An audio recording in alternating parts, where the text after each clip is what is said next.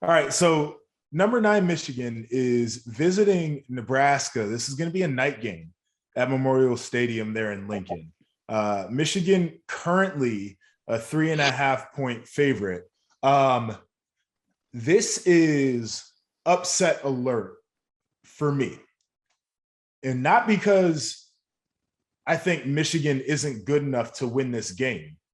This isn't about them right now.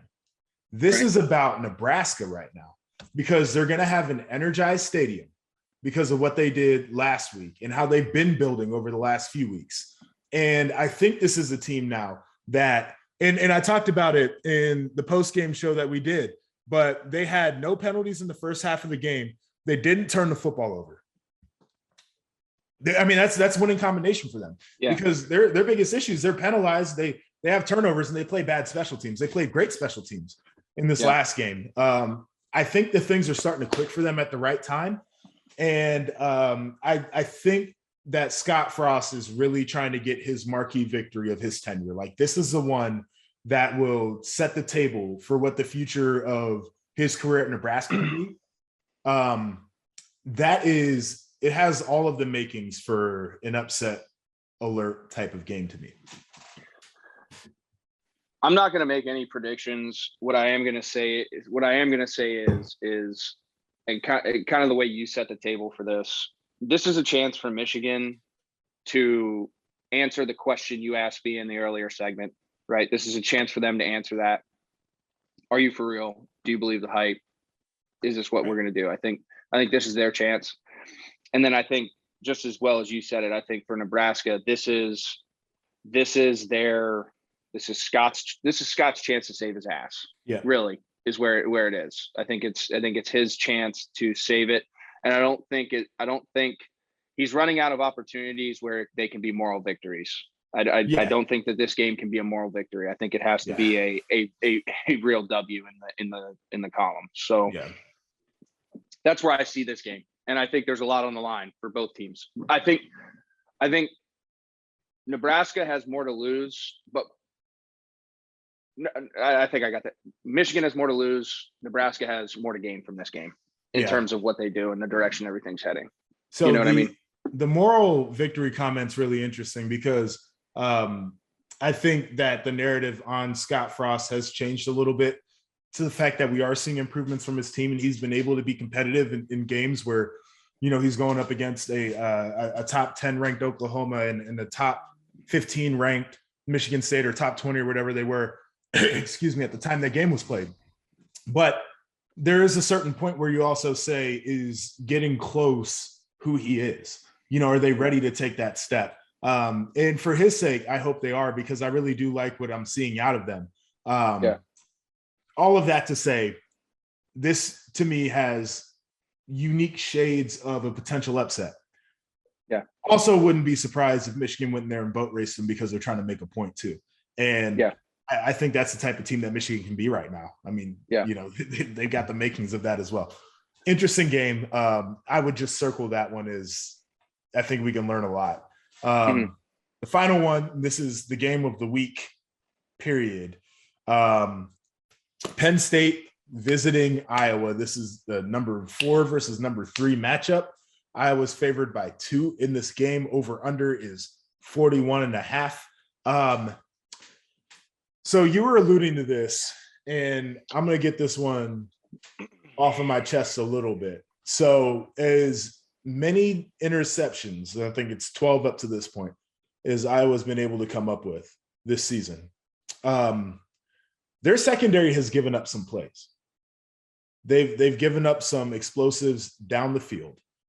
And as good as I think some of those players are, I think Jahan Dotson has shown that he can get behind anybody. I think that Parker Washington is showing in these last couple of weeks that he can be a legitimate threat. I think Sean Clifford has shown that he can spin the rock with some confidence and put it on the money when he needs to. And so I'm trying to figure out which one is going to show up. Is it going to be that Penn State can capitalize on some big plays in the secondary against Iowa? Or are we going to see what we've seen is that, yeah, you might get a couple plays, but eventually they're going to steal the football?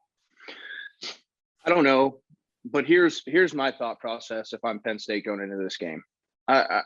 Realistically speaking, I'm going to try to establish the run, and then the majority of my early on passing game is going to be between the numbers. I'm going to start testing those linebackers with that deep stable at tight ends we have, and I'm going to start seeing how these guys can run. Can they run with these guys in the open field? Can they match them on coverage, or is there going to be ways where they can take advantage of it? Basically win routes. I'm isolating a matchup, and I want to see if these tight ends can win.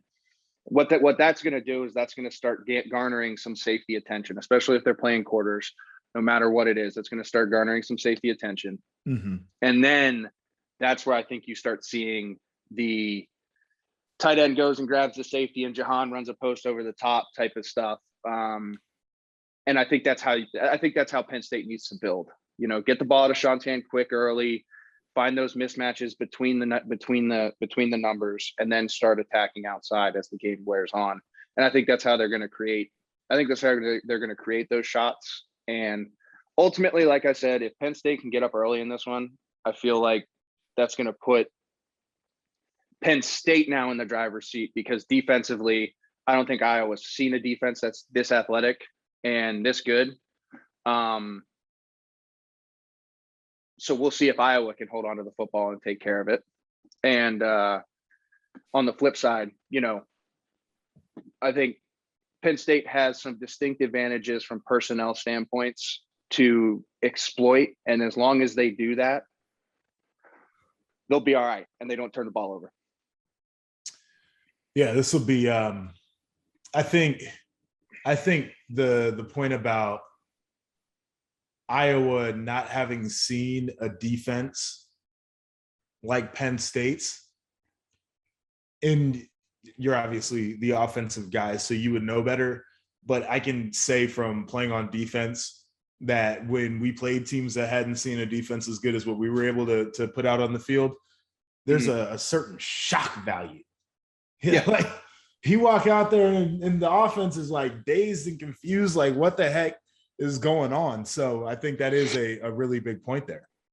Yeah.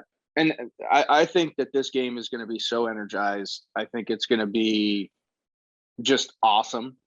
I think the team that settles down first and can dodge a couple of those early game, lots of jitters, lots of hype things, and just start executing is going to be the team to do it. And I think Penn State's already been in a game like this with the Auburn game.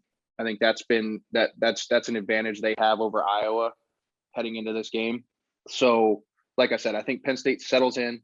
I think they have the opportunity to create a little shock value to Iowa's offense. And like I said, as long as they start taking advantage of the mismatches and the matchups they have, and they do it in an artistic manner offensively, I think they're going to be all right. Yeah. And it's like I said, Iowa is a great team in terms of limiting things that hurt them. The ball can also go over their head. And we've seen it a couple times. And it's not to say that they're giving up a ton in that, 10-yard, 20-yard range, giving up a couple over their head in that 30-plus range. And that's where you got to be careful, because those are the things that can hurt you against a really good team. Flip side of that, though, and I'm a firm believer in this point, is I think that there's going to be – I think Penn State can be sluggish in this game early.